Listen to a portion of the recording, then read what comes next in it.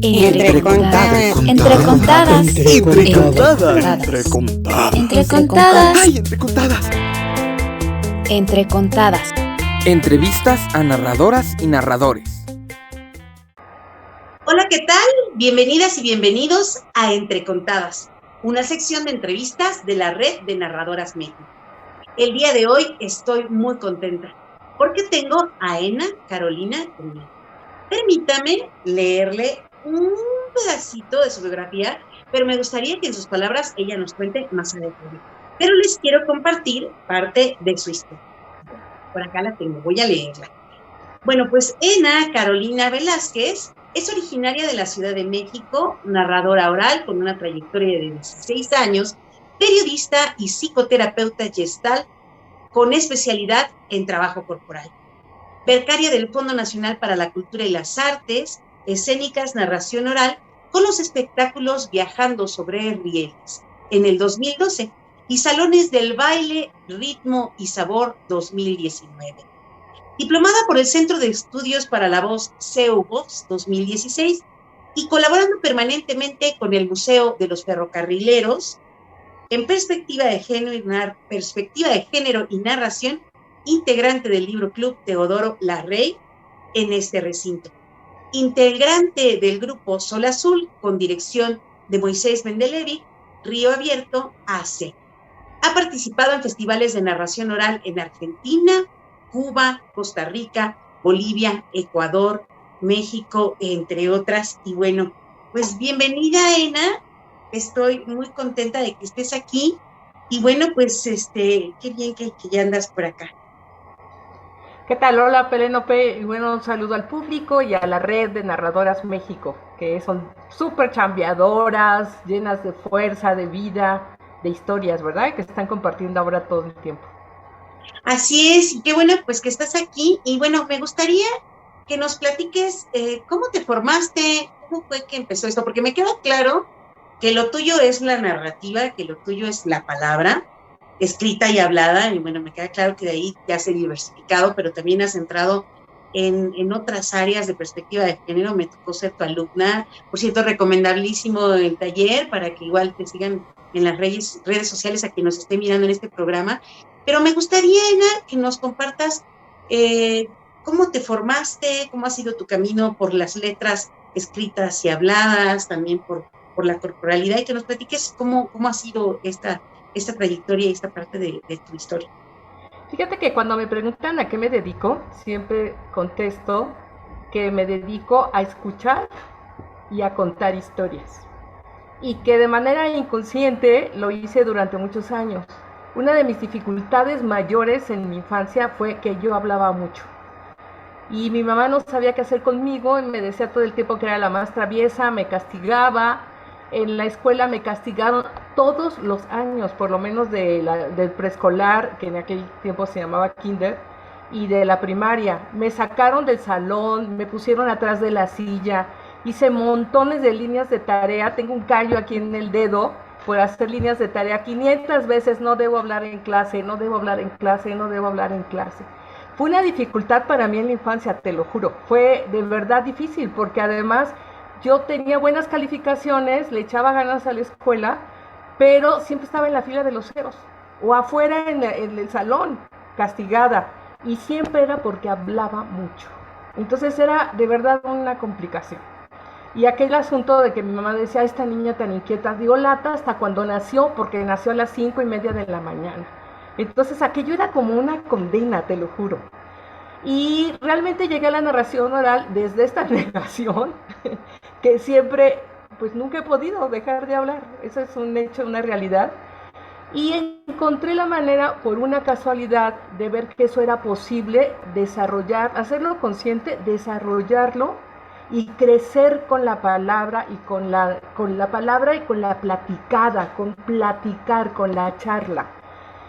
Y realmente la sangre que llevo en las venas de la narración está en mi casa, porque mi papá, por ejemplo, era un gran aficionado al fútbol, siempre fue aficionado al Atlante, nunca nos llevó, yo tengo un hermano y 2 hermanas, nunca nos llevó a nosotras al estadio, porque decía que eso era tremendo. ir al estadio. Había groserías, había gente que aventaba cosas. Ese no era un lugar para mujeres. Entonces nunca nos llevó al estadio. Pero siempre vimos el fútbol, no, y es más, no lo vimos. Acompañamos a mi papá y a mi hermano porque nos tocaba llevar las botanas cuando había partido de fútbol y venían los amigos de mi hermano, los de mi papá. Y aparte se oía el fútbol en mi casa. Todo el tiempo era ellos viendo el fútbol. Mi papá murió ya a los 88 años y todos los domingos o entre semana veía fútbol, todo lo que podía de fútbol. Entonces yo tengo la narrativa de mi papá aquí, su palabra en el relato del fútbol. O sea, yo puedo saborear un partido de fútbol hablado y puedo recordar cosas muy lindas que mi papá decía del fútbol a través de su palabra. Y la otra vena que tengo en la sangre, paradójicamente, es la palabra de mi mamá, porque mi mamá contaba muchas historias. Decía refranes, tenía dichos, hablaba con mi papá como se usaba con aquello de la F, ¿te acuerdas? Fi, jajaja, fefete, o algo así. Sí, ya. Tiene incluso un nombre que yo ya no lo puedo repetir como mi mamá, pero cuando no querían que algo dijéramos, ellos hablaban así. Y ella contaba todo el tiempo historias y las inventaba. Entonces, hay algunas que yo tengo muy claras en mi cabeza y las puedo repetir varias veces, de las que mi mamá platicaba, paradójicamente, porque mi mamá quería que yo me callara y ella platicaba mucho. Era una gran charladora. Y mis papás, mi papá y mi mamá eran muy buenos vecinos. La gente de aquí del barrio, que es el barrio donde yo ahora vivo, y donde nací, crecí, regresé y aquí sigo, y yo creo que saldré con los pies por delante. La verdad es que todavía hay vecinos y vecinas de ese tiempo, y de cuando éramos de nuestra infancia y cuando mis papás vivían, y bueno, eran muy buenos vecinos, entonces la gente venía a la casa. Había reuniones en la casa, la familia se reunía en la casa, siempre había guitarra, había canciones. El santo de mi papá era así sagrado, que hubiera pachanga. Entonces siempre hubo mucha comunicación en mi casa. Y un día casualmente, yo haciendo trabajo corporal, vi que estaba trabajando con una instructora que hoy somos grandes carnalas, amigas, que es Patricia Díaz, y veníamos de un trabajo corporal. Me invitó a trabajar con ella, primero como alumna, luego fue su asistente y luego finalmente ella terminó de hacer ese trabajo y me dijo, mira, ve al lugar donde yo aprendí, que era Río Abierto, esta asociación civil que existe en varias partes del mundo y que tiene una sede en México. En la Ciudad de México y en varios estados de la ciudad, varias entidades federativas, ¿no? En Tabasco, creo que en Chihuahua también, en el Bajío. Y yo llegué ahí para hacer esta continuación de este trabajo corporal que ya no podía seguir haciendo con Patricia Díaz, y ahí me encontré que estaba Moisés y que había un taller de cuentos.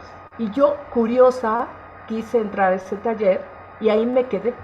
Ahí me quedé en el taller y empecé narrando el cuento más eficaz que tenía mi mamá.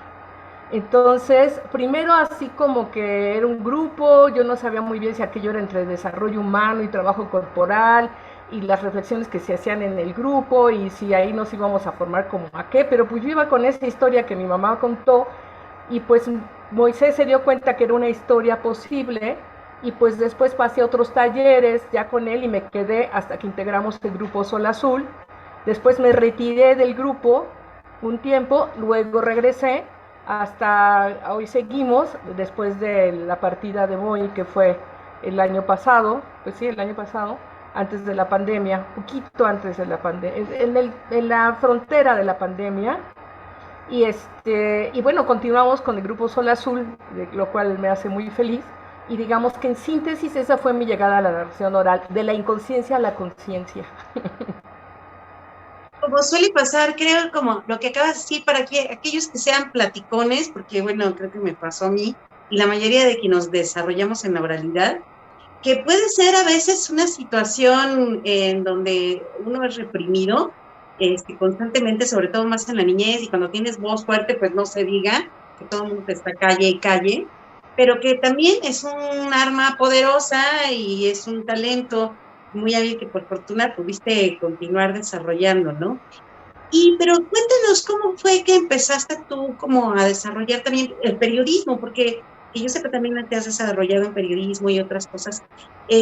¿Cómo ha sido que has combinado estas dos como oficios? Porque, bueno, pues me queda claro que, bueno, pues los has fusionado y que has continuado con ambos y con varias actividades, pero platícanos cómo fue que pudiste tú mezclar pues todo lo que tú ya eras y cómo fue el proceso. Yo creo que sería algo muy interesante que nos compartas cómo es este proceso.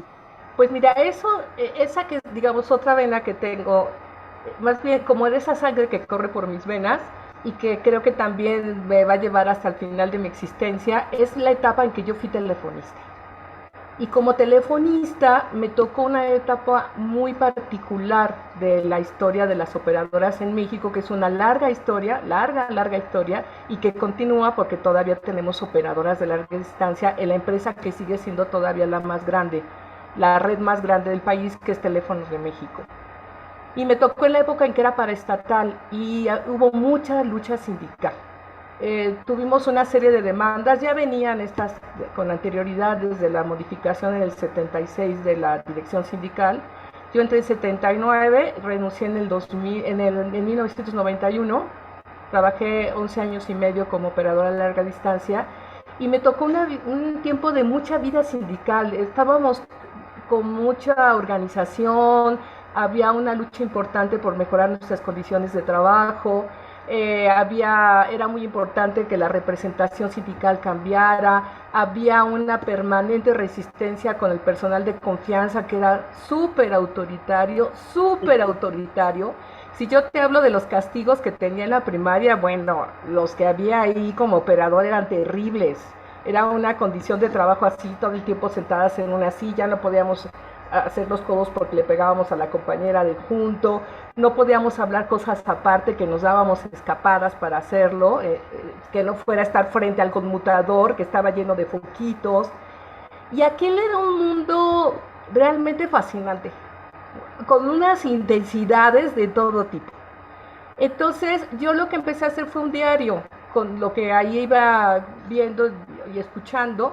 Yo había iniciado ya la carrera de periodismo, la había truncado, me había casado, no estaba tan feliz con mi matrimonio, finalmente ese matrimonio pues tuvo una separación, tuve un hijo, que es un hijo que es mi orgullo y mi fascinación hasta la fecha, y bueno, viviendo ya en casa nuevamente de mis papás, pues pude entrar a Teléfonos de México, y ya estando ahí como operadora, pues más bien me la pasaba como así, en la observación de todo lo que ahí sucedía.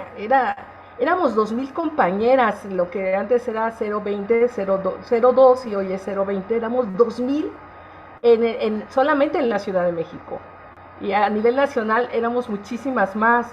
Entonces todo el tiempo cambiábamos de turno, entonces trabajábamos en la noche, en el día, había mucha intensidad y había que ir a las asambleas sindicales y había que estar, te digo, en esta resistencia cotidiana con las jefes que siempre estaban así todo el tiempo, ¿no? Te mandaban llamar, te ponían una grabación con taches rojos, así rojos, diciéndote todo lo mal que habías hecho. Todo era muy estricto en ese tiempo. Entonces, bueno, finalmente logré de ese diario, a partir de unas amigas que estaban haciendo en el 1+1, estaban colaborando en una página que un grupo de mujeres feministas habían pedido al 1+1, que era un diario en ese tiempo muy importante, un diario crítico, donde había bastante libertad de expresión. Les habían pedido que hicieran una colaboración, ellas pensaron en mí porque estaba yo ahí como operadora trabajando, y pues yo lo que hice fue llevarles mi diario, y de ahí ellas hicieron unas pequeñas crónicas. Posteriormente, ya el 1+1 desapareció, se creó el periódico La Jornada, y en La Jornada se hizo un suplemento, que era el suplemento Doble Jornada, que duró 10 años, y del que felizmente formé parte. Y en ese suplemento me pidieron una crónica de las operadoras después del movimiento telúrico de 1985, en que la Ciudad de México se rompió la Torre de San Juan, que era la que comunicaba, se rompió el sistema telefónico que comunicaba al norte y al sur del país y a la Ciudad de México con el mundo y con toda la República Mexicana. Entonces pensaron que la Ciudad de México había desaparecido precisamente por esto, porque nos quedamos sin teléfono. En la Central Victoria se cayó una parte del edificio, ya no se pudo entrar a trabajar ahí, y en la otra central, que era San Juan, que estaba junto a la torre, que es una torre que todavía existe frente al mercado de San Juan, ahí la podemos ver frente al parque, pues ya no pudimos entrar a trabajar las operadoras, ya no pudimos dar el servicio. Entonces nos quedamos fuera 9 meses. Y después empezamos a trabajar en turnos de 8 horas, una semana sí y una semana no, y luego 4 horas de manera continua ya todas las semanas, pero solamente 4 horas, hasta que se pudo restablecer la normalidad. Gracias al contrato colectivo de trabajo y al sindicato, que estaba acordado y escrito que no perdiéramos el trabajo, el empleo, pudimos seguir trabajando, se nos pagó el salario. Y entonces a mí me pidieron de la doble jornada que hiciera una crónica sobre lo que estábamos viviendo las operadoras en estas circunstancias. Con apoyo de una amiga periodista pude hacer esa crónica, la armé, y yo dije, no, pues yo quiero hacer periodismo.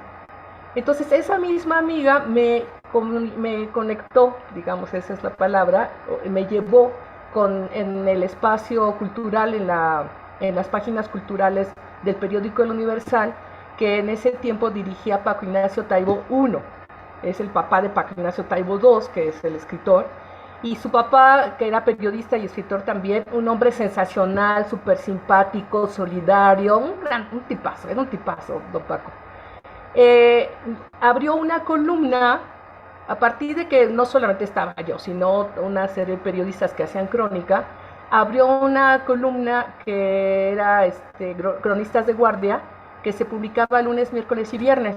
Y yo empecé a publicar crónicas de las operadoras. ¿Y qué crónicas eran? ¿Qué iba a haber ese día? Que tenían que ver también con este diario que yo te cuento. ¿Qué iba a haber de comer ese día en el comedor? Entonces, todo lo que sucedía entre nosotras, en la línea donde estábamos las operadoras trabajando, era las que llegaban del descanso que nos dijeran qué había de comer. Que en el comedor y cuánta gente había, si había cola o si no había cola. Ese era un gran tema, ¿eh? También teníamos a veces descansos largos porque teníamos turnos mixtos, entonces a veces salíamos a comer fuera de la central. Entonces el tema era, pues, ¿qué sucedía cuando salíamos a comer fuera de ese lugar? Y si pedíamos agua de Jamaica o agua de horchata o agua de tamarindo, o si nos comíamos unos tacos, ¿qué sucedía? Había muchas compañeras que lo que hacían es que en sus descansos, sobre todo en los mixtos, como vivían lejos, a veces iban allá a la tintorería, a la lavandería, compraban su mandado en una tienda de liste que había cerca, o se compraban cosas en el mercado de San Juan, que era un poco caro, entonces no siempre se hacía ahí. Entonces yo empecé a hacer estas crónicas de esa vida cotidiana que nadie escribía esa cotidianidad. Finalmente regresé a la carrera, hice un esfuerzo por terminarla y tenía que hacer una tesis.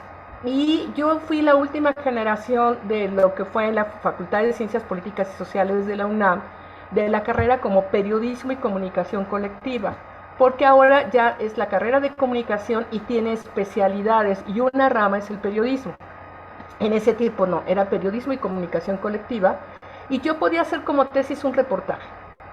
Entonces decidí hacerlo con este mismo diario, hacer un reportaje novelado con influencia de lo que en ese tiempo era muy importante, que era el nuevo periodismo, que hoy ya hay otras formas de hacer periodismo narrativo, ya hay otras especialidades que por fortuna nos siguen contando las realidades del mundo.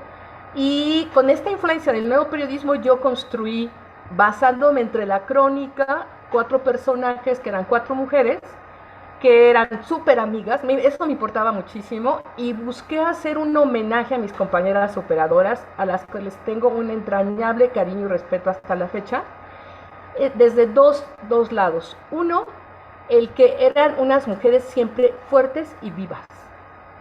Pasara lo que pasara, porque pasaban muchas cosas, ¿no? Desde la compañera que llegaba y le había golpeado el marido, o que había faltado 2 días porque la habían encerrado, porque se había muerto alguien en su pueblo y había muerto de manera trágica, por lo que fuera. Y la otra cosa es que eran súper simpáticas, o sea, albureras, cotorras, dicharacheras, fiesteras, bailadoras.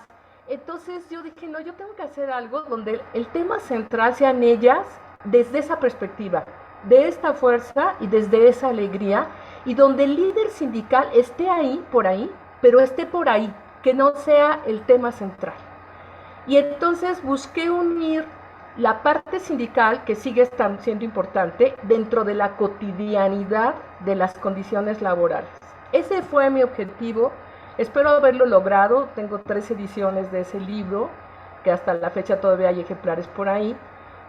Traté de actualizarlo lo más que pude en el 2015, no, en el 2014, y bueno, ya es la última edición que voy a hacer sobre el libro. Tengo una página que escribí donde pongo todo lo que puedo de las operadoras, porque en muchas partes del mundo las operadoras han desaparecido.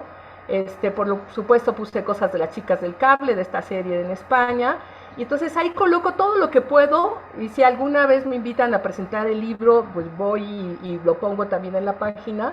Y pues es curioso porque si pongo información sindical ahí, pues entran pocas compañeras, pero si pongo alguna foto, un lapicero, que usábamos un lapicero, alguna de las tarjetas que usábamos para registrar las llamadas, o un conmutador de los viejos, llega a ver hasta 9,000, 10,000 vistas. Solamente por eso. Y todas las compañeras ponen, felicidades, fue lo mejor de mi vida, ser operadora. Nunca hablan de las dificultades, siempre dicen que fue lo más maravilloso del mundo. Entonces, así fue como pude unificar esta manera de hablar, porque además todo el tiempo hablábamos de oreja a oreja, comunicábamos todo el tiempo. Entonces ahí pude ir integrando realmente esta manera de hablar en un mundo donde era importante platicar. No había problema porque platicaras más que con las jefas, porque entonces te distraías del trabajo, y lo pude integrar en este libro. Me preocupaba que no fuera bien recibido por las compañeras. Sí, era una preocupación mía, que no se sintieran, mi preocupación no era que estuvieran de acuerdo o no con el contenido, porque pues uno suelta lo que escribe y pues es libre ya de cómo lo tomen las personas, y las personas claro que dirán lo que quieran de ese libro, sino que no se sintieran respetadas. Creo que conseguí que se hubiera ese respeto por lo que ellas me han regresado hasta ahora, espero que así sea, y que sepan que está hecho como un homenaje para ellas, con todo mi cariño, porque ellas dieron su vida porque este país estuviera comunicado en la larga distancia. Lo sé, dieron su vida, dejaron cosas de la familia por estar ahí. Pasaban la mayor parte del tiempo en las centrales telefónicas. Entonces, mi honor y mi cariño por siempre para ellas. Me parece súper interesante lo que ahorita comentas. Es toda una red de comunicación femenina de mujeres trabajadoras que creo que a lo mejor en el cotidiano a lo mejor de ese entonces, que a mí me tocó también pues llamar al conmutador para pedir desde la hora o las llamadas a larga distancia, porque bueno, para quienes sean millennials, la vida no era así en las comunicaciones, y justamente me parece muy importante que estas conversaciones que son a lo mejor comunes también reflejan todo aquel trabajo de la casa, el trabajo que se hacía para la comunicación, y también creo que hay mucha invisibilización de estos trabajos, porque creo que no solamente es en el caso de las telefonistas, que bueno que lo pones tú ahorita como a ser destacado, pero de una u otra manera siento que hay muchos oficios que se han construido durante muchas décadas por las mujeres, en donde la participación de las mujeres es sumamente importante, y aquí en este caso es para la comunicación más sencilla, porque no será fácil nada más como levantar el teléfono, pero ¿quién estaba atrás y que hacía posible esto? Porque ahora ya, bueno, pues los sistemas de comunicación han cambiado, pero en ese entonces, en donde toda esta red de comunicación humana era indispensable, ¿no? Entonces, me parece muy interesante y muy importante este homenaje a ellas, ¿no? Y como lo decías. Y bueno, me voy a conectar otro tema que yo sé que también es parte de lo que tú has desarrollado durante mucho tiempo, y en el cual, bueno, me siento muy reflejada también, que es la perspectiva de género, en donde también has trabajado tú desde el periodismo, bueno, desde la práctica cotidiana, porque, bueno, el feminismo es una práctica cotidiana, es una ideología, y bueno, no solamente hablar de feminismo, sino hablar de género en un amplio sentido de la palabra, ¿no? Me gustaría que me compartas cómo ha sido, que también has como hecho tú, bueno, este proyecto en sí, ahorita lo que nos cuentas en sí, tiene muchísimo de perspectiva de género, y mucho de esta reflexión desde el entorno de las mujeres, pero me gustaría que igual nos platiques un poco más cómo han sido ya como tus investigaciones y hacia dónde has ido, porque también, bueno, pues conjugas parte de lo que tú eres y has trabajado durante todos estos años, y bueno, ¿cómo es que lo has conectado? Me gustaría que nos compartas. Fíjate que aquí hay algo que quiero recordar a Carolina Rueda, algo que ella me dijo en alguna clínica que tomé, a Carolina Rueda, colega, amiga, narradora extraordinaria colombiana, en una clínica. Me dijo, mira, hay gente que va caminando haciendo metas y va cumpliendo sus metas. Y hay gente que va caminando por la vida y de repente voltea, dice, mira, ahí caminé. Y ella me dijo, de esas creo que eres tú. Y la verdad fue muy lindo que me lo compartiera, porque creo que ese ha sido mi camino, de la inconsciencia a la conciencia. Porque a partir de que entré con esta crónica al suplemento Doble Jornada a colaborar, que ocupó las páginas centrales del suplemento, el suplemento salía el primer lunes de cada mes, y estuve en las páginas junto con un reportaje que se hizo sobre las costureras, porque pues los dos gremios tenían que ver con el tema del temblor, que con las costureras pues fue tremendo, y a partir de esto, bueno, vimos ahí en Tlalpan cómo se cayeron los edificios que estaban así, toda la ropa regada por todos lados, cómo las despidieron, y a partir de eso formaron un sindicato. Entonces, pues entré a colaborar con el suplemento, y ese suplemento lo dirigía en la parte informativa Sara Lovera, reportera del periódico La Jornada, de larga trayectoria y además del área laboral. Ella había estado cubriendo el área laboral, y lo dirigía Dolores Cordero en la parte de la redacción y de la coordinación editorial, que también formaba parte de la mesa de redacción de La Jornada, asignadas por Carlos Payán, que en ese tiempo era el director. Entonces, bueno, me invitó Sara, y entonces entré a formar parte del equipo, y pues la verdad es que en principio yo no entendía nada de género. Con esto de que te digo que volteo hacia atrás, pues yo no soy alguien formada en la teoría. Digo, sí, efectivamente he leído, sí tengo una sistematización de una serie de cosas, pero mi experiencia ha sido muy práctica. Así ha sido, simplemente así ha sido. Entonces empecé a colaborar ahí, y me empecé a dar cuenta que muchas de las cosas que ahí se discutían y se reflexionaban respecto al género, a lo que era el feminismo, eran cosas que habíamos vivido las operadoras y vivíamos ahí. Las fui como ubicando, como aquí, acá, allá, ¿sí? Entonces me di cuenta también, fíjate, que había muchas operadoras que eran estudiantes y que eran feministas, que acabaron retirándose de la vida sindical y retirándose de la participación, e incluso varios renunciaron y se fueron de ser operadoras, porque consideraban que las operadoras éramos atrasadas, que estábamos muy apegadas al líder, que nos tragaba la vida cotidiana, la vida familiar. Y yo siento que había un cierto desprecio a esto. En ese sentido, desde lo que yo vivo y mi experiencia, ese es lo que yo he ido decantando de mí misma. Fui muy afortunada porque primero lo viví, y la verdad me enriqueció muchísimo esta vida cotidiana de mis compañeras, y después les pude ir dando un nombre, ¿no? Que si muerte materna, que si salud sexual y reproductiva, ¿sí? Que si perspectiva de género. Entonces ya pude irle poniendo un nombre, y entonces pude ir haciendo así, cluc, este clic. Fue muy importante esa participación durante 10 años, formé parte después del consejo editorial, nos reuníamos cada mes para ver y analizar las líneas editoriales que marcaban Sara y Dolores, y lo que nosotras proponíamos. Entonces empecé a hacer otra integración, porque además ya cuando decidí renunciar a Teléfonos de México, que me costó mucho trabajo, y nunca he tenido mejores condiciones laborales y prestaciones que cuando estuve ahí. Siempre por algo me caía dinero, o sea, nos caía el aguinaldo, nos caía que el préstamo, siempre yo había bastante cobertura y yo creo que la siguen teniendo, pese a todas las dificultades que viven ahora el gremio telefonista, la siguen teniendo comparado con otros gremios, y más ahora en este mundo del outsourcing, que por fortuna estamos buscando la manera de transformarlo. Entonces, sí, era renunciar a eso, renunciar a este mundo y pues aventarme al ruedo, ¿no? Por fortuna siempre tuve el apoyo de mi familia, a mi hijo, por fortuna mis papás mientras vivieron siempre lo apoyaron y me apoyaron a mí para su cuidado, y gracias a eso pude hacer muchas locuras. Entonces me arriesgué y renuncié. El día que renuncié di 20 vueltas y entraba al edificio y salía y me entretenía y platicaba con total que no escribía mi renuncia hasta que dije, no, ya me tengo que ir porque si no me voy ahorita ya no me voy a ir. Y empecé a trabajar en una revista de las que llamamos revistas femeninas, que son las revistas clásicas reproductoras del discurso de dependencia de las mujeres. La moda, el cuerpo, la belleza, la artisteada.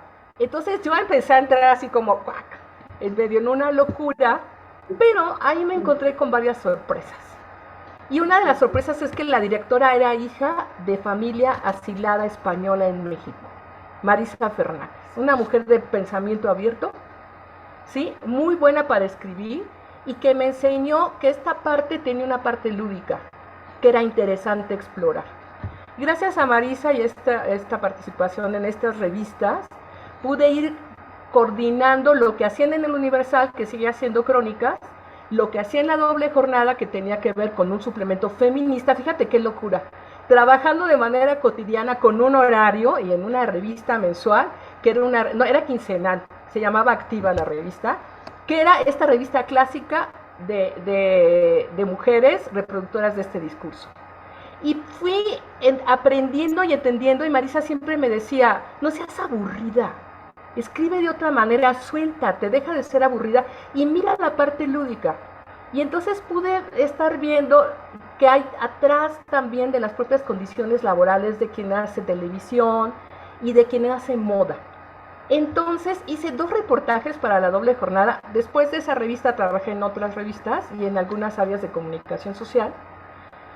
Y hice 2 reportajes que recuerdo con mucho cariño y una entrevista en particular. Un reportaje fue sobre las modelos, donde me pude dar cuenta de todo el mundo que existe ahí desde la fantasía, en el mundo de la moda, de todo el trabajo que hacen las mujeres en la moda para estar ahí presentes en la pasarela, ¿no? En esta presencia, que lo más importante en la moda es la pasarela, y de las friegas que se ponen las modelos. O sea, realmente es una joda.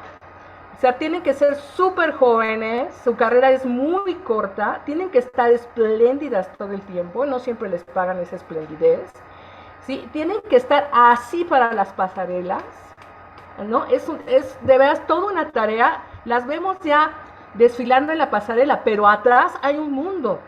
Y todo este mundo de las telas, de las texturas, de los peinados, de ir, pasar, venir. Y entonces pude hacer un reportaje, nuevamente me gané la portada y las centrales del suplemento, y luego después hice un reportaje que ahorita no recuerdo, mira, se me va el nombre, gracias a un periodista que escribió un libro sobre el mundo del humor, y su papá era fotógrafo de cine mundial. Entonces pude entrevistarlo a él y a su hijo. No me recuerdo, qué pena, de verdad, una disculpa para este periodista y su papá. Y entonces hizo un reportaje sobre las cómicas, las mujeres cómicas. Susana Cabrera, se me olvidan ahorita algunos nombres, la Wilhelmi, sobre estas que salían la guayaba y la tostada en las películas, esta trilogía de Ismael Rodríguez, de Pepe el Toro y Nosotros los pobres y ustedes los ricos. Entonces pude hacerlo sobre las cómicas, que era un tema que a nadie se le ocurría, y entonces ahí pude integrar esta parte lúdica que Marisa me decía tanto que hiciera, desde mi parte formal, que la tengo y es mucha. Y después me mandaron a entrevistar, porque ya estaba enferma de cáncer, en ese momento acababa de salir un tratamiento y estaba muy bien, entrevistar a Nancy Cárdenas. Y fue una cosa maravillosa. Era una super personalidad Nancy Cárdenas. Y yo, ignorante, ahí me di cuenta de cómo ella era pionera del movimiento lésbico en México. Era una gran realizadora de teatro, una mujer súper fuerte. Fue maravilloso el encuentro con ella. Y ahí me recordé algo que había dicho Paco Ignacio Taibo I alguna vez, que decía que la entrevista realmente, la magia y lo mejor de una entrevista periodística era el encuentro. Y ahí lo vi realizado con Nancy Cárdenas. Fue una entrevista maravillosa, que también me gané las centrales del suplemento. Bueno, lo digo me gané porque pues en el periodismo y en la vida creo que también las cosas se conquistan. Y tiene que ver con el trabajo y con la conexión auténtica que hacemos de los temas. Y entonces me habló Nancy Cárdenas y me dijo que muchas gracias por la entrevista, porque, y bueno, además de la parte del ego, más bien lo recibí como si hubiera tenido afuera unos mariachis que estuvieran tocando el son de la negra con un súper ramo de flores, como un súper regalo, que Nancy Cárdenas me hablara para decirme eso. Entonces creo que ahí fue logrando hacer esta integración. Después del suplemento, te digo, trabajé en varias oficinas de comunicación social, estuve en el Instituto Nacional de Antropología e Historia, que es una joya periodística, de informativa, o sea, es una joya. Ahí hay unos tesoros informativos impresionantes. Fue una maravilla estar ahí como reportera, que estaba en ese tiempo Carmen, se me olvida, Carmen Gaitán, ¿no? Estaba de directora de comunicación. Y también después trabajé en la dirección de comunicación social de lo que antes era la delegación Azcapotzalco, hoy alcaldía, que fue otra experiencia porque fue cuando cambió el gobierno, que entró Cuauhtémoc Cárdenas aquí a la Ciudad de México, y bueno, fue así como una cosa política muy fuerte. Y posteriormente trabajé en Televisa. Y yo cuando iba a entrar a trabajar, nunca dejé a la doble jornada, siempre colaborando con la doble jornada. Y cuando entré a Televisa, hablé con un gran amigo que es Andrés Ruiz. Y yo así en una locura de contradicción diciendo, Andrés, ¿qué hago? ¿Y quién crees que estaba ahí trabajando en Televisa? Marisa Fernández, mi ex jefa de aquella revista. Y Guillermo Ochoa estaba regresando a Televisa y estaba intentando hacer cosas nuevas. Entonces me dijo, Marisa, vente, mira, de reportera, etcétera. En ese momento, de manera paralela a la doble jornada, se había creado Comunicación e Información de la Mujer, que era una agencia de noticias que en ese tiempo dirigía Sara Lovera y que hoy dirige Lucía Lagunes. Bien, pues me senté a comer un día con Andrés Ruiz y Andrés Ruiz me dijo, mira, el Tigre Azcárraga está por irse, ya está muy grande. El Garritas, que es su hijo, está buscando cosas nuevas, por eso están invitando a Guillermo Ochoa ahora. Entra, aprende todo lo que puedas. Televisa es el área de televisión con más experiencia en el país. Tú métete a todos lados, aprende todo lo que puedas. Entonces, no te preocupes, tú quítate los prejuicios. Lo escuché por fortuna, como también escuché por fortuna a Marisa Fernández.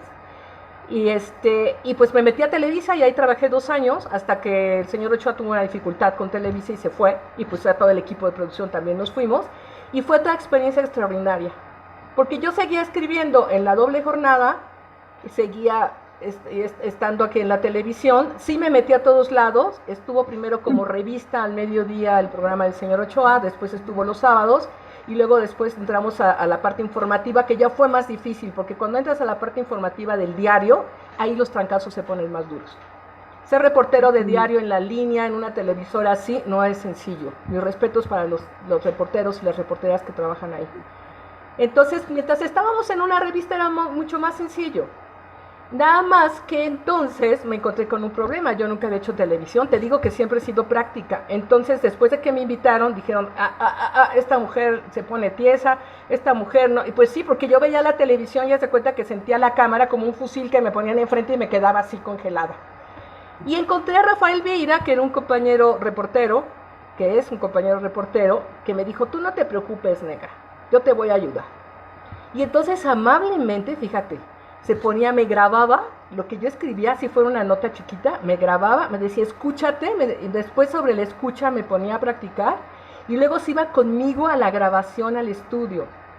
Se ponía con el que grababa, yo allá adentro en el micrófono, y él afuera, desde allá, y cuando yo empezaba a hablar me decía,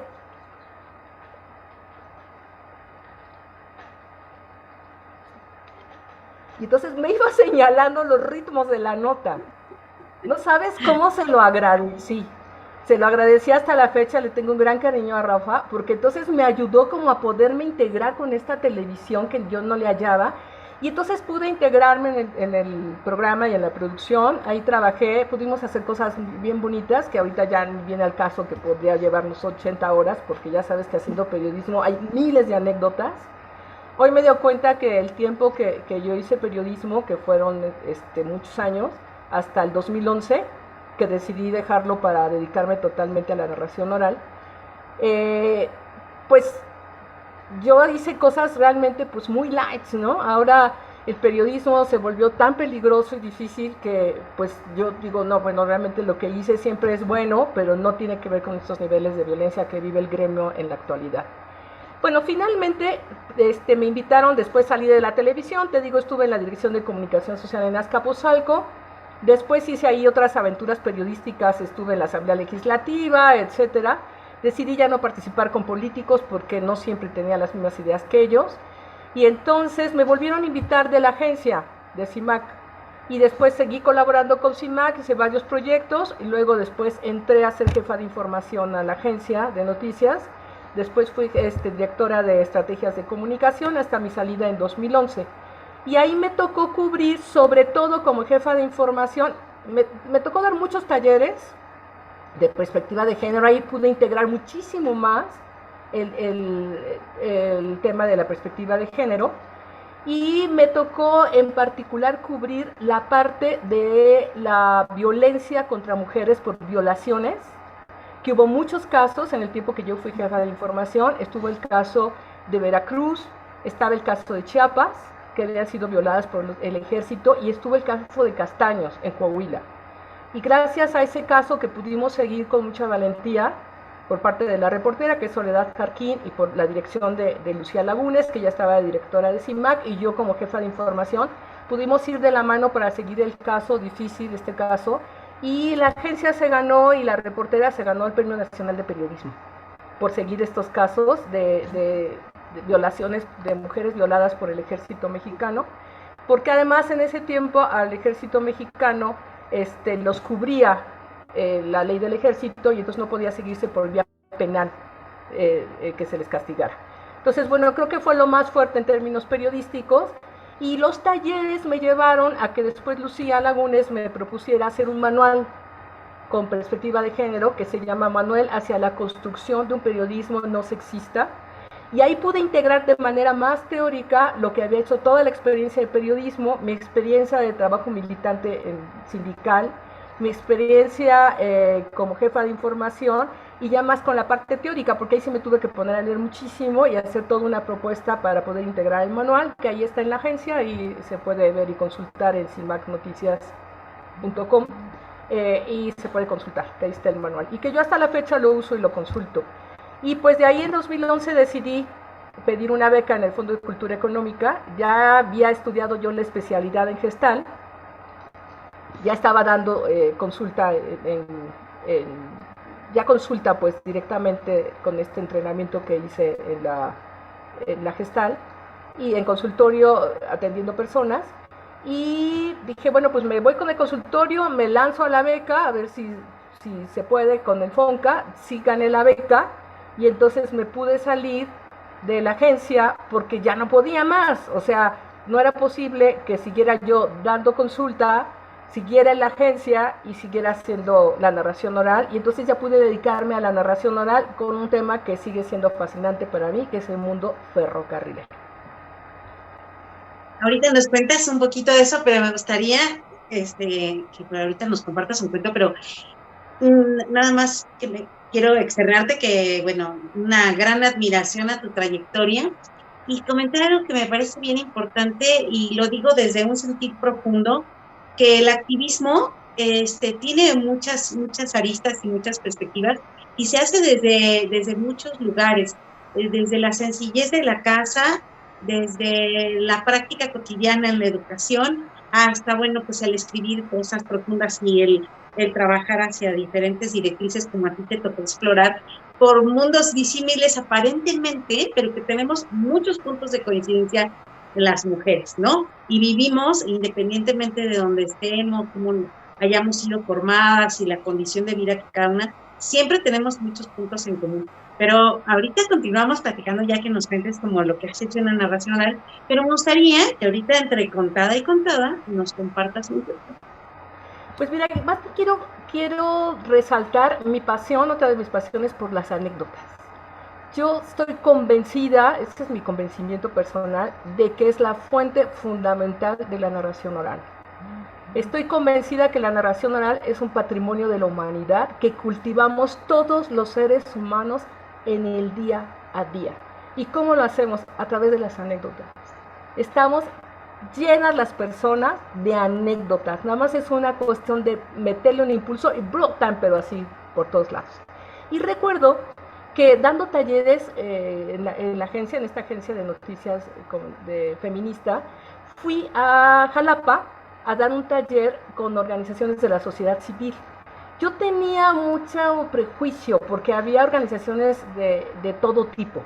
Había una organización, por ejemplo, de mujeres que eran religiosas y estaban en contra de la despenalización del aborto. Había otra organización de invidentes. Había otra organización que solamente atendía asuntos del corazón y a mí se me hacían asuntos menores. Y muy difícil, con la posición que yo tenía en mi pensamiento, trabajar con grupos como estos. Nada más que esos eran los grupos y ese era el taller. Y era un proyecto que yo estaba trabajando con la agencia y pues había que dar el taller.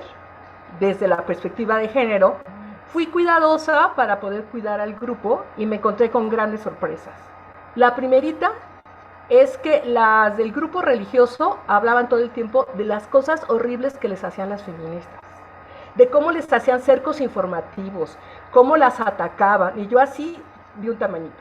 La otra sorpresa fue que el que escribía más rápido todo lo que tenía que apuntarse en el taller era un chico invidente, con su tabletita esta que tienen las personas que no ven, que son invidentes.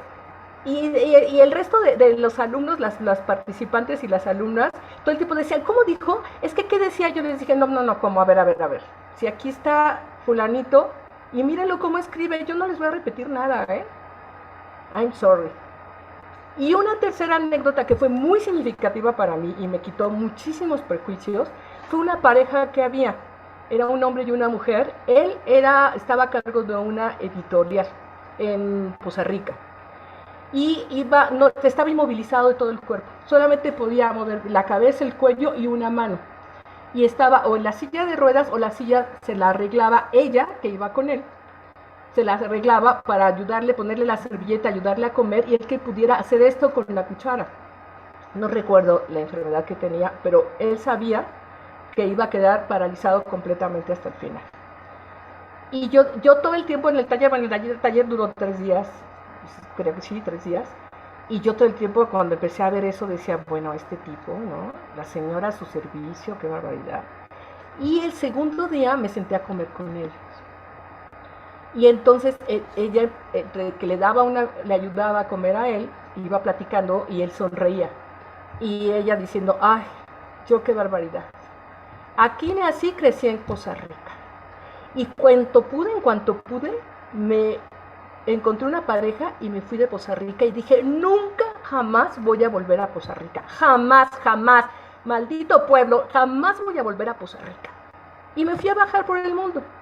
Y en el mundo, él, mi marido, decía ella, trabajaba poniendo en tiempos compartidos, él ponía azulejos, hacía toda esta parte de la construcción ya final de los arreglos de los lugares.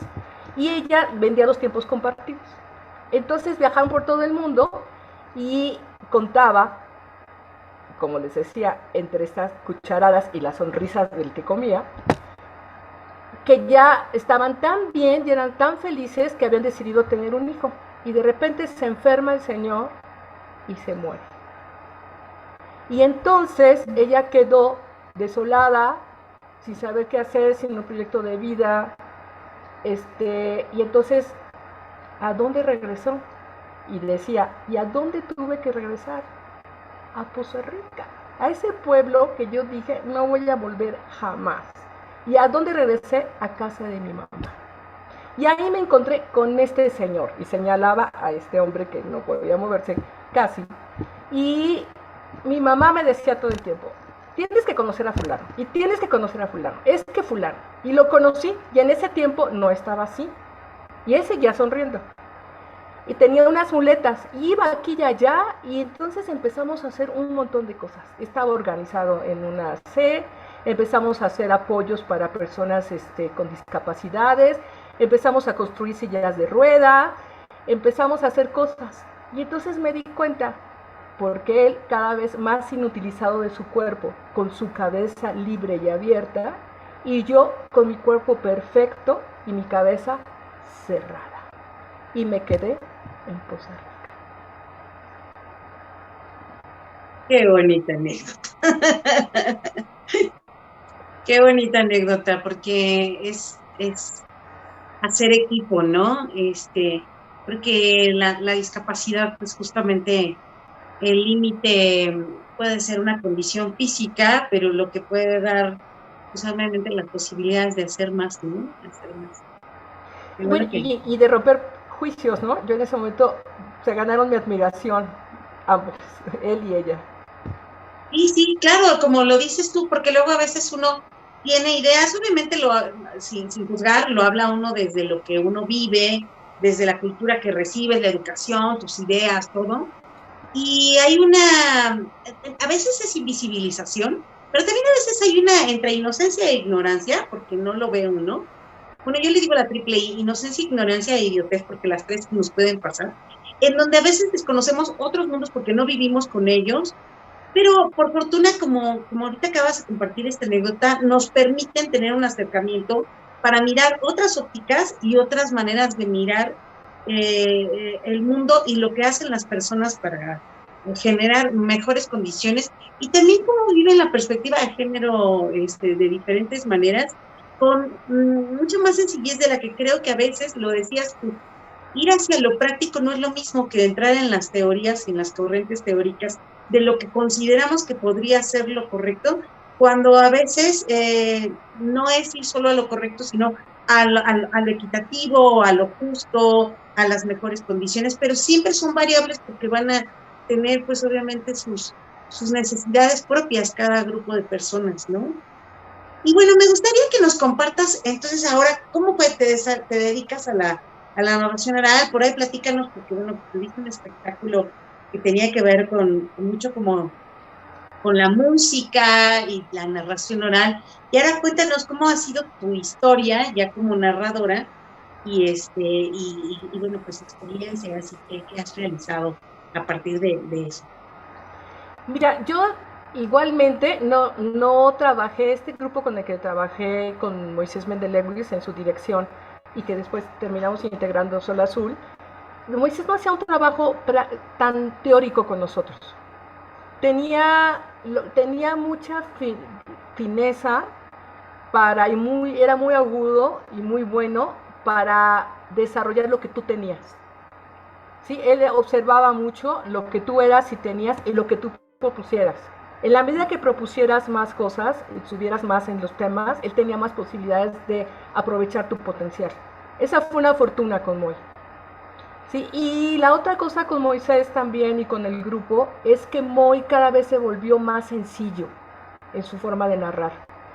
Y la verdad es que la sencillez, hoy estoy clarísima, es lo más difícil de desarrollar. O es espontánea y de veras estás espontáneamente en ella, o está construida de tal manera que atrás hay un trabajo muy grande. La sencillez no es simple, al contrario. Y no es gratuito que su último año de vida él haya trabajado en Iztapalapa, recorriendo toda la delegación, toda la alcaldía, lugar por lugar de la alcaldía. Entonces eso también fue muy afortunado, porque sí hacíamos reflexiones y veíamos cosas teóricas, pero fundamentalmente era el trabajo que él iba afinando con nosotras y con nosotros, bueno, porque en ese grupo solamente ha habido un hombre, que es Francisco Ibarlucea, gran narrador, cronista, y las demás somos mujeres. Hemos sido mujeres las que integrábamos ese grupo y han ido modificándose quienes hemos integrado. Estamos básicamente las fundadoras, nada más que algunas ya no están. Y hay unas nuevas, ¿no? Entonces, por eso hablo en femenino. Pero entonces eso ayudó mucho a que pudiéramos desarrollar una integración. Y la otra cosa es que encontramos un espacio que cada vez se volvió más escénico. Porque primero contábamos en la cafetería de la Casa Museo, del Museo Casa León Trotsky, así es, Museo Casa León Trotsky, porque era la casa de León Trotsky. Contábamos en la cafetería y luego contábamos en el auditorio. Entonces eso nos permitió hacer un desarrollo de trabajo más escénico. Eso fue una parte. Cuando yo me retiré del grupo, estuve trabajando en Cuenteros y Cuentistas con Florina Piña. Y en ese tiempo realmente me dediqué a observar la narración oral. Tuve una ruptura muy grande con Moy, tuvimos una separación así, muy cringe. Por fortuna lo pudimos resolver, pero en ese tiempo yo realmente estaba devastada y sentía que yo estaba ya fuera de la narración oral.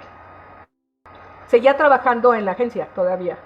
Y lo que hice realmente fue irme de público en un espacio que tenía Florina Piña, nuestra compañera, camarada, narradora, y que es la directora de Cuenteros y Cuentistas de esta asociación civil.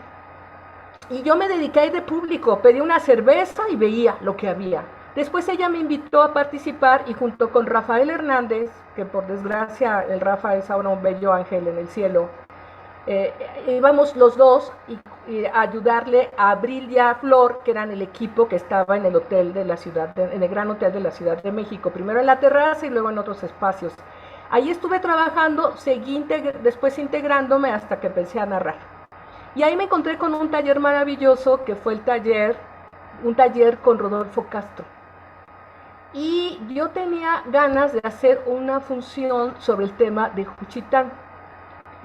Un día, y esa es otra anécdota, fui a la Casa de Cultura que está aquí 4 cuadras de mi casa y estuve hablando con el director que se salió de su oficina al pasillo y ahí lo abordé.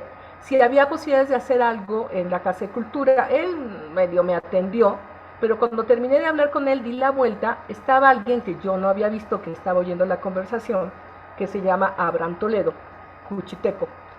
Y me dijo, oye, si tú quieres un lugar donde narrar, yo tengo un espacio que se llama Vinza, lugar de las nubes. Y ese espacio me dio otro regalote, porque era un espacio que estaba atrás de la estación del metro Moctezuma, en la colonia Moctezuma, donde el viernes y el sábado se reunía la comunidad de Juchitán. Y ahí se reunía, entonces pues yo ahí fui como pude y me armé de valor y pues empecé a contar. Cuando rompí con el grupo Sol Azul, bueno, y me separé, no rompí con el grupo, pero me separé y hubo esta ruptura con Moy, iba yo de todas maneras a contar ahí, no siempre. Y ahí me encontré un día con un ser maravilloso, que espero conservar su amistad toda la vida, ya no nos vemos mucho, que se llama Víctor Cata. Y Víctor tenía un libro y me pidió que pudiera presentar el libro. Me había escuchado contar cuentos ahí y yo lo presenté en el Centro Cultural José Martí. Y ese libro es un libro que él escribió en zapoteco y en español. Y a la hora de la presentación yo escogí un cuento que se ha vuelto uno de los cuentos más amados, que se llama Zenona. Y no Zenona, el personaje principal se llama Zenona, se llama El Miedo. Crucé ahorita los cables, pero se llama El Miedo y el personaje principal Zenona. Y entonces yo hice una versión de presentación entre leída y narrada, que no era textual del cuento, una especie de versión oral ahí.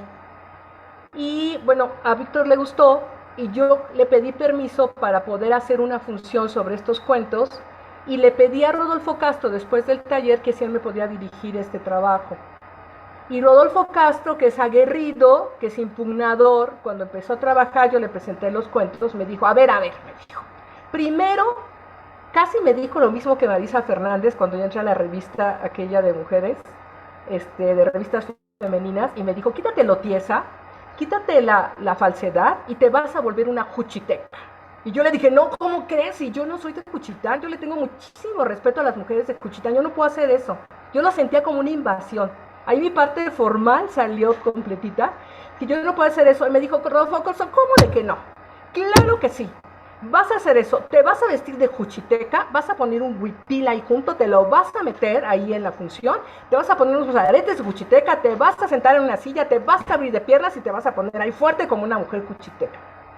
Y le agradezco enormemente eso a Rodolfo. Y me dijo, ya ves si puedes tomar un curso de clown para que te quites la tiesez, nada más para que juegues un poco y te quites la formalidad. Y pues bueno, con esa dirección de Rodolfo Castro, él después se fue a Portugal.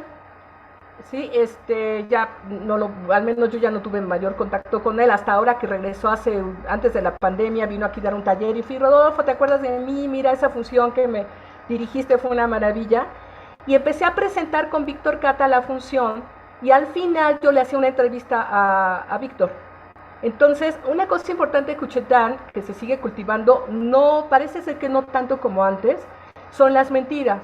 La gente cuenta mentiras para entretenerse, para pasarla bien, para platicar, y son súper buenos para las mentiras.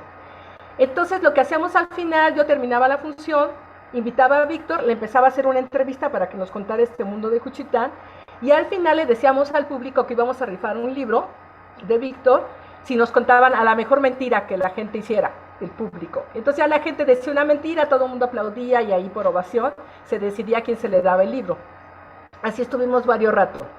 Y después esta función me la llevé al viaje que hicimos Florín y yo a la gira a Sudamérica. Fue una maravilla porque pues es espectacular el traje de Juchitán, así te pongas lo más sencillo que puedas. Traté de respetar que pudiera tener yo la trenza o el pelo, de respetar lo más apegado, porque yo no soy de Juchitán, no tengo una sangre indígena, o sí tengo, porque todas las personas en México tenemos algún gen indígena por fortuna, pero bueno, no soy de allá, entonces pues es mi propia traducción. Y Víctor me invitó después a Juchitán a presentar esta función, fíjate nada más que joya, a la Casa de Cultura con la historia que, bueno, ahora está reconstruida después del terremoto del 2017 que fue tan afectado Juchitán. Pude yo reconectar a Víctor, ver si podía echarle alguna ayuda, apoyo, porque estaba toda la gente en la calle en Juchitán. Y bueno, ha sido una fortuna esta función, ¿no? Y con esa función regresé al Trotsky. Fue mi reconciliación con Moy, con el grupo Sol Azul. La pude presentar ahí en el Trotsky. Y después de esta función pude presentarla en el Museo de los Ferrocarrileros y cuando solicité la beca del FONCA fue con un proyecto en el Museo de los Ferrocarrileros con las esposas de los trabajadores ferrocarrileros y ahí logré hacer una integración.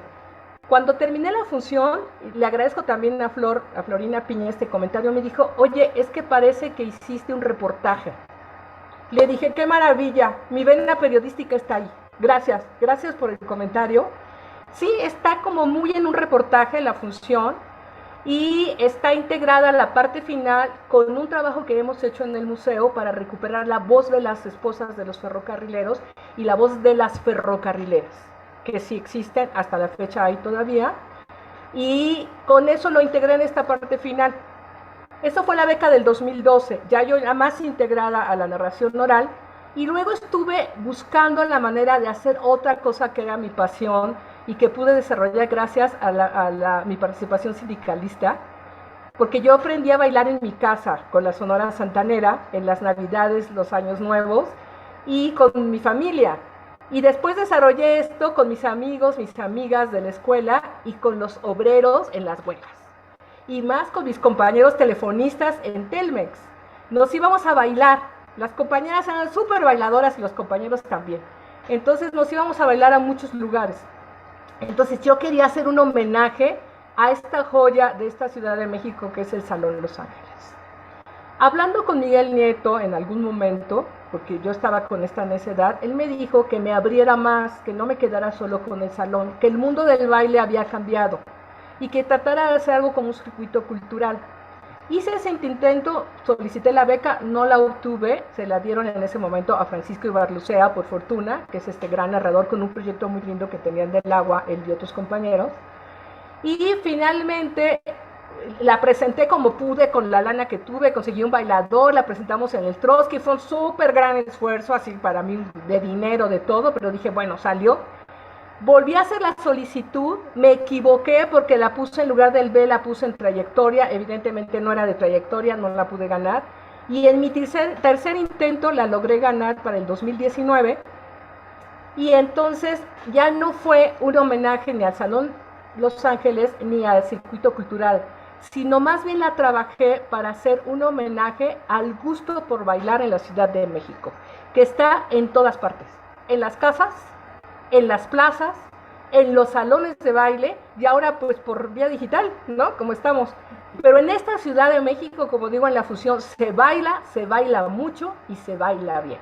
Y entonces ya pude presentar con el apoyo de la beca, ya no estuve con un bailador, solamente hay 2 bailes, que es un danzón que bailo sola y al final una salsa espontánea con alguien que entra del público.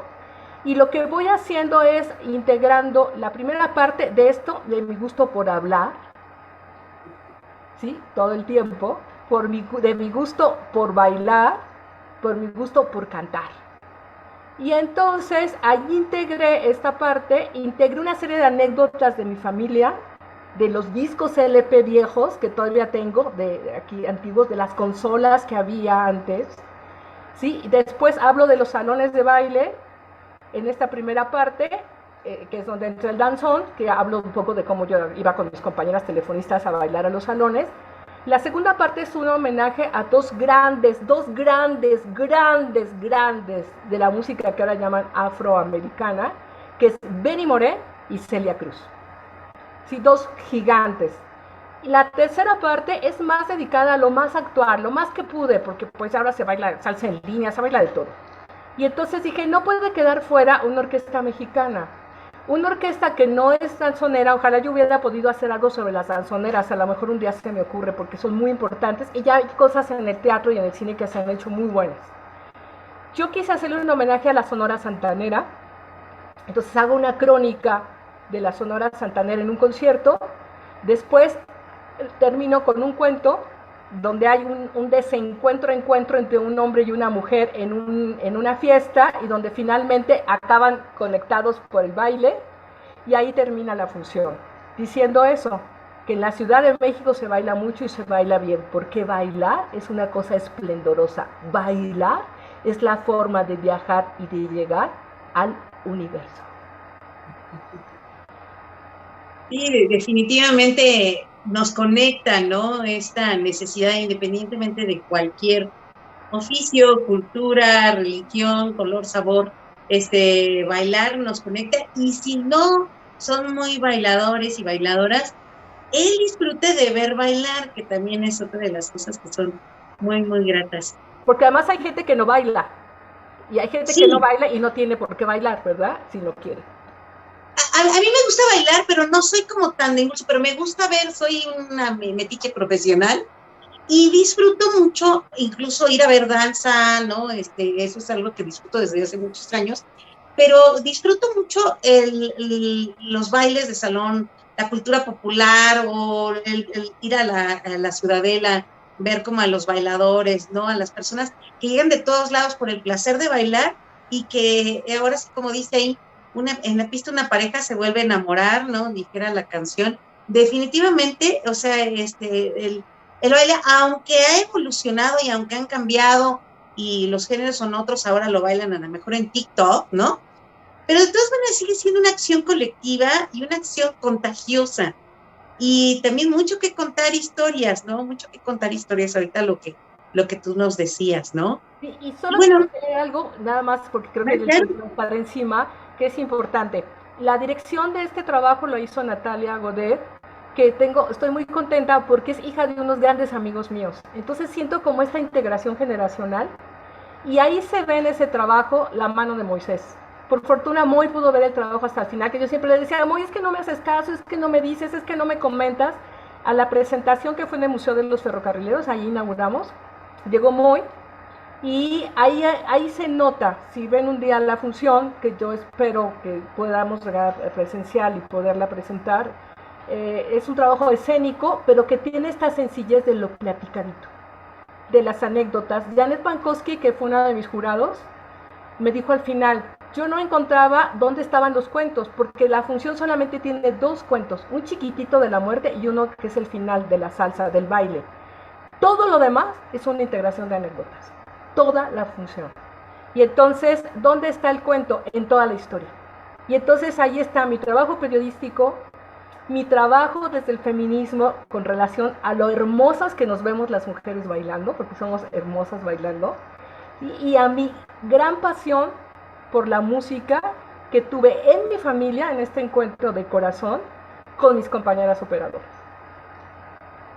Y quiero añadir ahorita todo lo que nos compartes, Sena, que a veces creemos que la narración oral solamente se centra en los cuentos, y en los cuentos escritos, ¿no? O sea, es como una interpretación, siento que de finales del siglo pasado y más de este siglo, podría incluso decirlo, en donde creemos que la narración oral tiene que partir forzosamente de la literatura, y no es cierto, porque la narración oral realmente en su origen más primigenio parte del chisme, parte de las anécdotas, es la transmisión, a lo mejor sí de leyendas, de mitos que se fueron de la oralidad pasando de boca en boca, pero siento yo que esa oralidad que parte en casa, que lo hace a uno platicón, que lo hace a una platicona, que te permite tener una interacción con los otros y que se construye cada vez más, es una manera de construir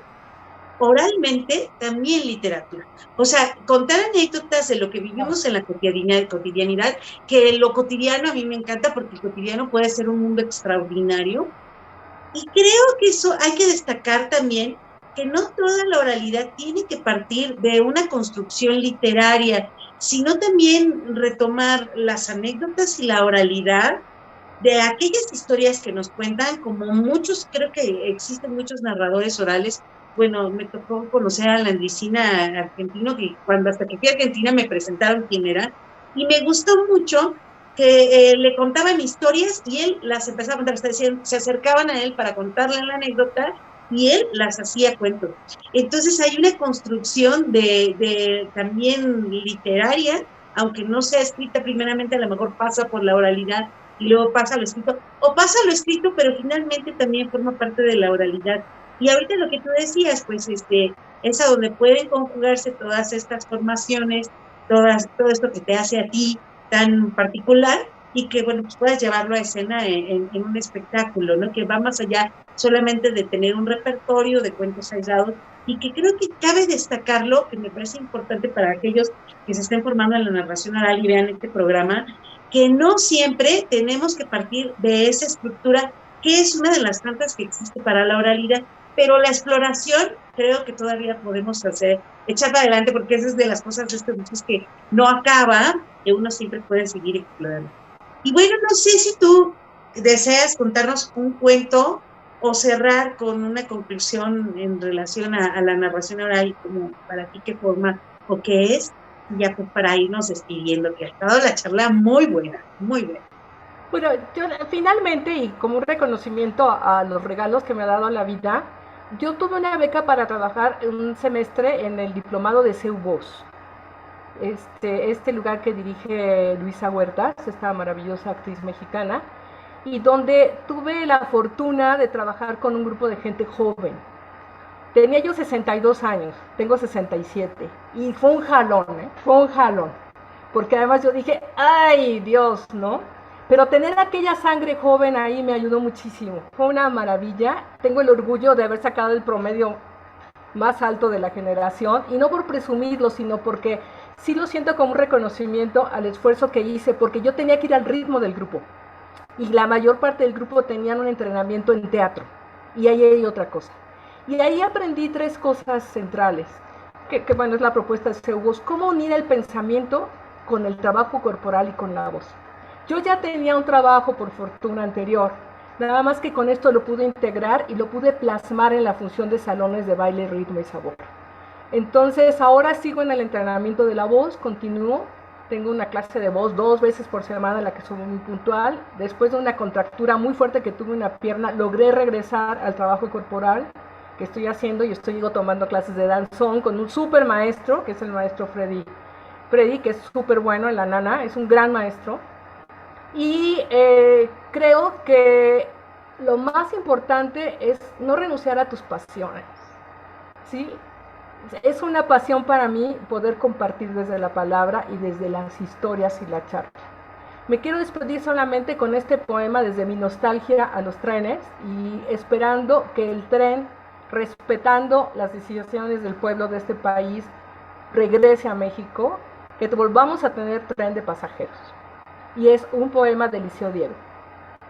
¿A dónde han ido los trenes llenos de fama y poder, cuya elocuencia fue ayer la gloria de los andenes?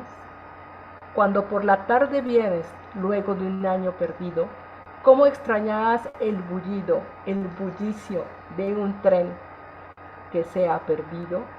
¿A dónde han ido los trenes llenos de fama y poder, cuya elocuencia fue ayer la gloria de los andenes? ¿A dónde se han ido los trenes? ¿A dónde? Muchas gracias. Muchas gracias por compartir pues tu historia, tus palabras. Y bueno, pues por haber estado aquí en Entre Contadas. Hasta la próxima. Y bueno, esto fue todo el día de hoy en Entre Contadas. ¿Y saben qué? Nos vemos en la siguiente. Red de Narradoras México.